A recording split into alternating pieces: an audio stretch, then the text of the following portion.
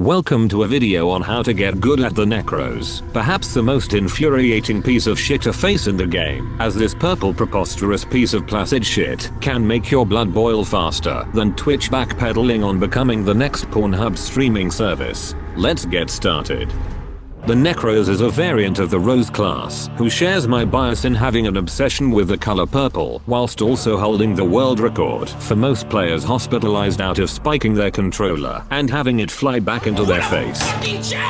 Their primary weapon of choice is of a magic erotic necromancer staff that uses the power of no horny to sentence every undead degenerate shit stained to horny jail for thinking that solar flare is breedable like a fucking moron. The weapon can fire at up to 350 rounds per minute and has 30 ammo per clip before needing to take a 2-second reload. Each shot fired can deal 6.5 damage and has a tiny blast radius. The weapon has no form of damage drop-off, though the projectiles do travel slowly with accelerating speed over time. So far, much like most Roses, her damage output is on the lower side, with the power of bullshit homing in order to aid her, so most strategies that work with this no-aim no-brain specialist will work with Necros. However, this purple princess of piss is a professional, having a degree of not giving a single fuck about your existence, for this eggplant-colored Rose has another option up her sleeve in the form of a charged attack. The charge takes only a single second to build and consumes 4 ammo upon fire. The projectile fired is incredible weak damage wise, dealing only 15 damage within a slightly larger radius. However, the projectile applies a secondary effect known as jinx. That is the single most powerful debuff in the entire game.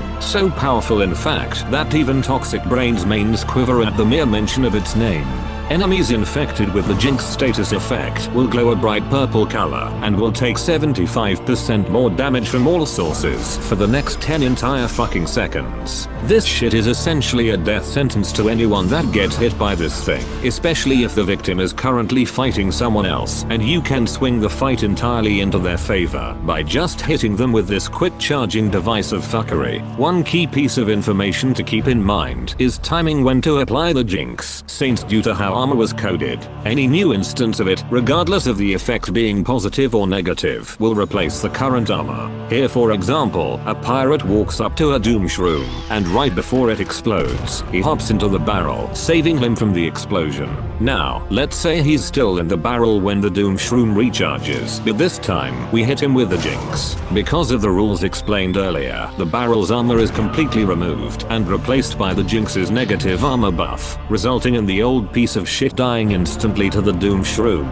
However, because this game was coded by a bunch of incompetent fools who decided to give snipers drop-off, Agent P 150 DPS, and SB beams that last as long as a 14-year-old masturbating, this means that the reverse scenario is true as well. If we are to first hit the pirate with jinx, and then he hops into the barrel, the jinx effect is replaced by the barrel's armor, despite the visuals still being in place. Though if we are to use SB for this example, we can see that once their defense ability is over, it swaps back to the jinx's negative armor buff. However, one interesting interaction is that if we give them jinx whilst not in the ability, and then they go into their defensive ability, hitting them with another charged shot will not override the defense ability's active armor, since technically, jinx is already active. This will essentially force you to actually use your brain, which may sound difficult for Rose players, but trust me, it really fucking isn't. The best case is try to force them to use their defense abilities before using jinx, as so that you can instantly remove the armor that said defense ability will grant them. Additionally, jinx is removed upon the victim being healed and cannot be applied to any zombie that is actively being healed, so scientists will be able to stop your bullshit shenanigans if they actually feel like supporting their team and not being a kill whore. The optimal upgrade setup for the Necros would be the homing, damage, and health upgrades, with the homing and damage upgrades being especially important as you effectively become the single most oppressive character to face in the game, have the maximum potential of 76 DPS with a fucking homing weapon against a jinxed enemy, because clearly that is absolutely fair and balanced, and the health upgrade has to offset certain kill thresholds against certain enemies.